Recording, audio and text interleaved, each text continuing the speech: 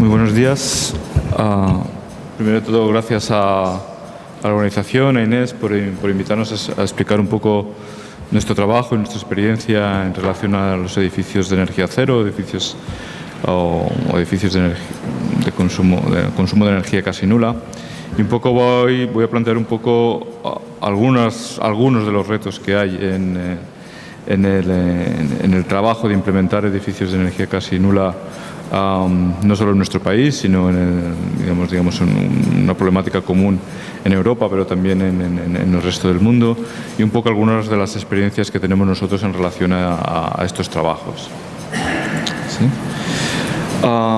Primero comentar un poco que parte, digamos, de nuestro desarrollo, nuestro trabajo en los últimos años relacionados con esta temática está marcada en el trabajo a nivel internacional realizado en una tarea colaborativa de la Agencia Internacional de la Energía, que se llama, digamos, caminando hacia los edificios de energía nula, ¿no? De energía cero. Con el objetivo general es estudiar aquellos edificios existentes que son edificios de energía nula o casi nula y desarrollar un marco común de definiciones, herramientas, soluciones innovadoras y guías para la industria. Un poco, este es un proyecto que está a punto de finalizar, se finaliza, digamos, dentro de unos días. Ahora, a principios de octubre, tenemos la última reunión para cerrar los trabajos. Y os invito un poco que paséis por la web, digamos, de la Agencia Internacional de la Energía, en concreto de esta tarea, porque encontraréis abundante documentación sobre la temática, informes, artículos técnicos, científicos, ejemplos, etcétera, ¿no? Herramientas de diseño. Es una fuente muy prolija de información. Digamos, es un trabajo, digamos, a nivel internacional, con expertos de todo el mundo. Entonces, por ejemplo, esto es una fotografía de un meeting que hicimos en la ciudad de Barcelona, digamos, reuniendo a todos estos expertos. ¿Cuál es el enfoque, digamos, un poco de esta tarea? ¿Cuál es un poco también el enfoque en el que nosotros venimos trabajando, ¿no? Cuando hablamos de edificios de energía casi nula, nosotros hablamos de edificios Net Zero Energy Buildings, en inglés, o edificios conectados a las redes energéticas. Un edificio completamente, digamos, autónomo, autosuficiente, ¿no? Como puede ser, por ejemplo, este que veis en la fotografía aquí en los Alpes, es un edificio completamente autónomo, desconectado de la red y que es autosuficiente y genera la propia energía que consume. Pero cuando hablamos del concepto que nosotros trabajamos es de los edificios conectados a las redes energéticas. El 80% de la población mundial vive en zonas urbanas y, por tanto, el reto es trabajar con los edificios interconectados a nuestras redes energéticas, a la red de electricidad, a la red de gas o a las redes de distrito de calefacción o refrigeración. Por tanto, de este trabajo hablamos de retos, ¿no? ¿Cuáles son los retos? Uno de los principales retos es la definición, ¿sí?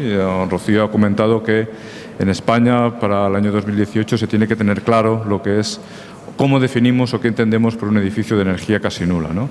Entonces, hemos trabajado durante estos años en la Agencia Internacional de la Energía en definir un marco armonizado, porque además cada país o cada región incluso hacía su interpretación de una forma concreta, ¿no? Entonces, evidentemente, es un edificio de energía casi nula, es un edificio que produce una cantidad de energía suficiente para cubrir su propia demanda, si llegamos al balance cero, ¿sí?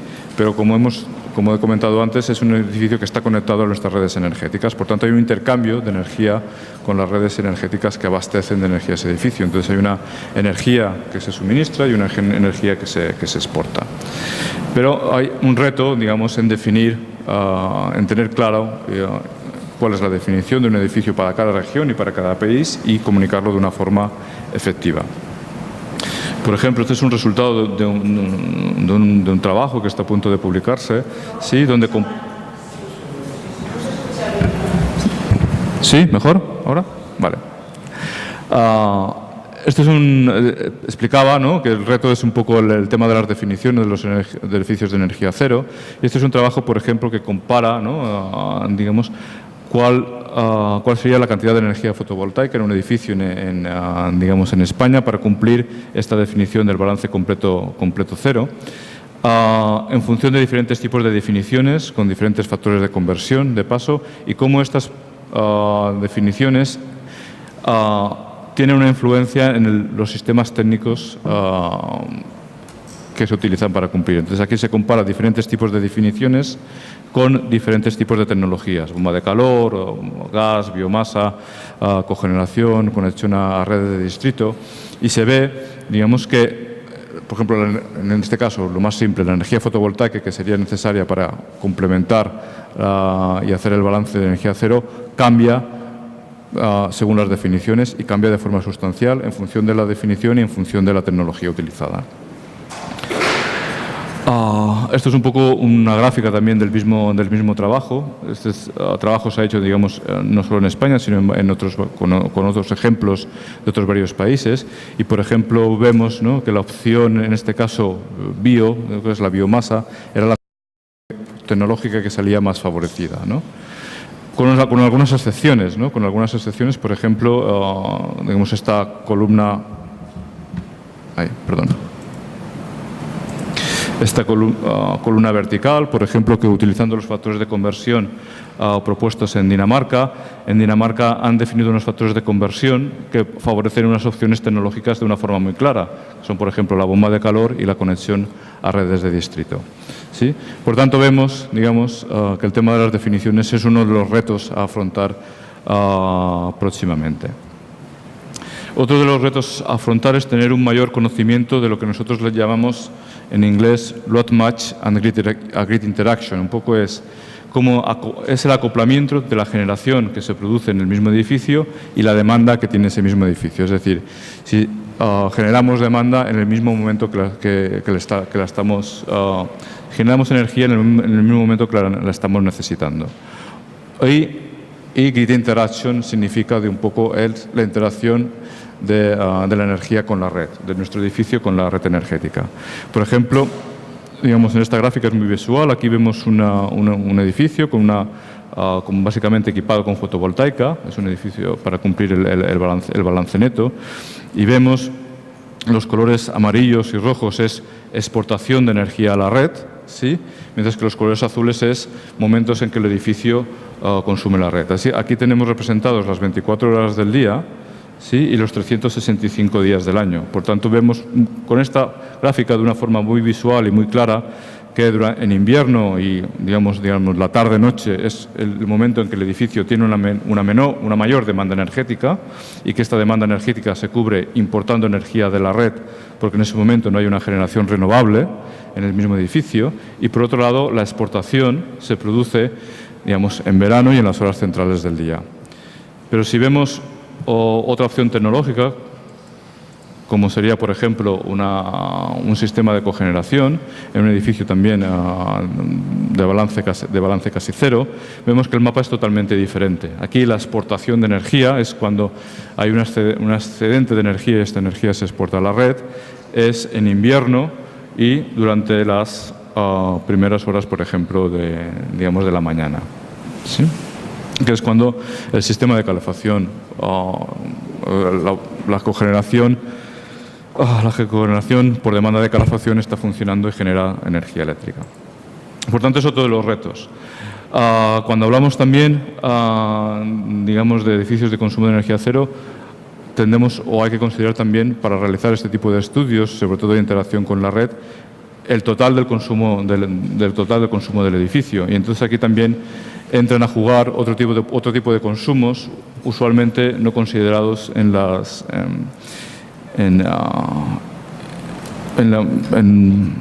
actuaciones habituales de eficiencia energética en edificios, porque son consumos dependientes de los usuarios, ¿no? Por ejemplo, los consumos eléctricos de los electrodomésticos o de otros.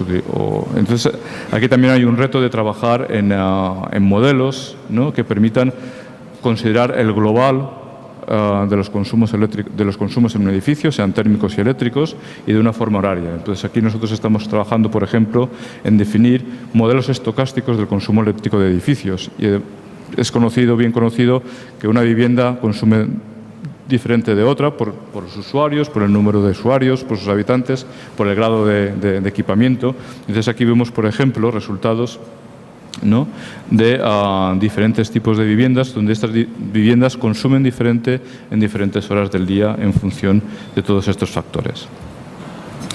Evidentemente, el camino hacia los edificios de energía casi nula pasa por mejorar y reducir las demandas lo máximo posible, y actuar desde el principio en el diseño, integrando estrategias pasivas, mejorando el envolvente, reduciendo cargas internas, y solo cuando nos hemos planteado una reducción drástica de los consumos energéticos y de la demanda energética, nos podemos plantear la integración de energías renovables buscando la mejor opción y las mejores tecnologías para desplazar los combustibles fósiles.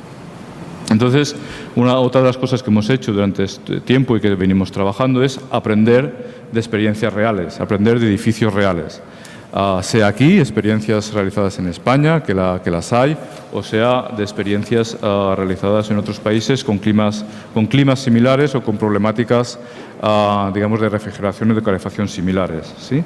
Y donde también analizamos los aspectos económicos, ¿no? O sea, los edificios de energía cero no tienen por qué ser más caros que otro edificio convencional, digamos, ¿no? Por ejemplo, este es un resultado de un estudio de edificios de oficinas de bajo consumo energético en España, y donde vemos que sí, algunos de los edificios sí que tenían un coste de construcción más alto de la media de un edificio de oficinas en España, pero algunos de los edificios tenían costes más bajos.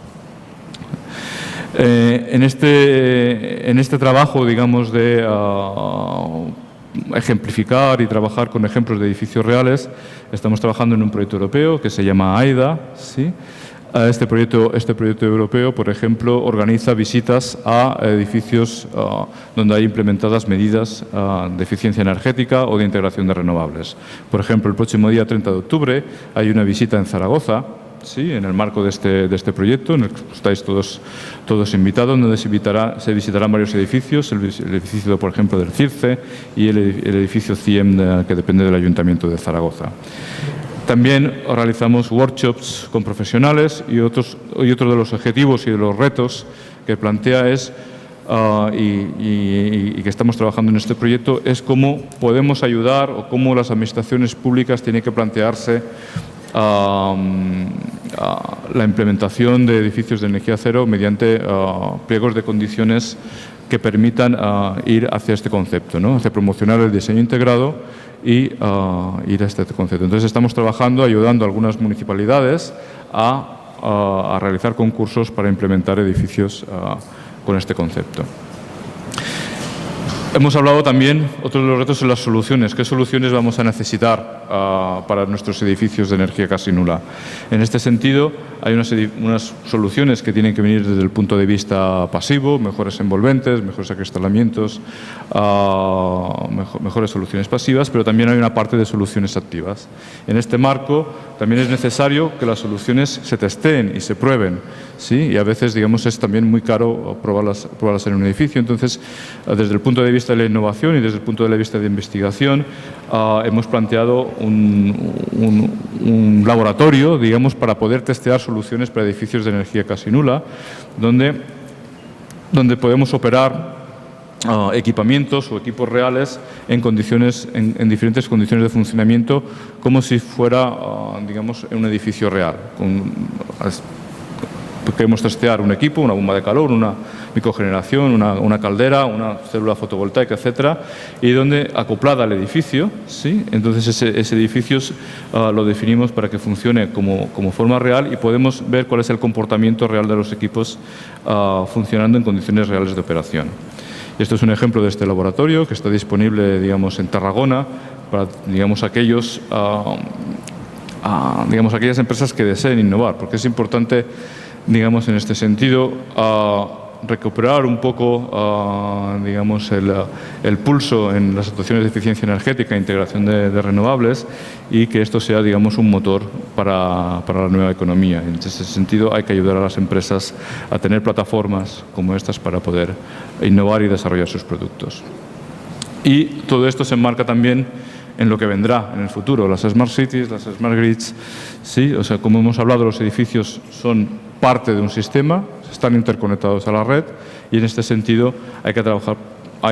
Tenemos varias fuentes energéticas y varias fuentes de consumo energético y si además añadimos el vehículo eléctrico, otra más, entonces aquí hay que gestionarlo. Entonces, por ejemplo, estamos trabajando también en algoritmos de gestión para poder optimizar desde diversos puntos de vista, desde el punto de vista de minimizar el coste económico para el usuario o desde el punto de vista de eliminar, de minimizar al máximo las emisiones de CO2. ¿Cuál es la mejor forma de gestionar nuestros edificios con algoritmos avanzados de gestión? Y me parece que digamos, hemos hecho un repaso de un poco digamos, de los retos que nos planteamos y de algunas de las cosas o ejemplos que tenéis, que hemos hecho. Y, como os he dicho antes, os invito digamos, a pasar, digamos, sobre todo en la página web de la Agencia Internacional de la Energía, donde hay mucha información.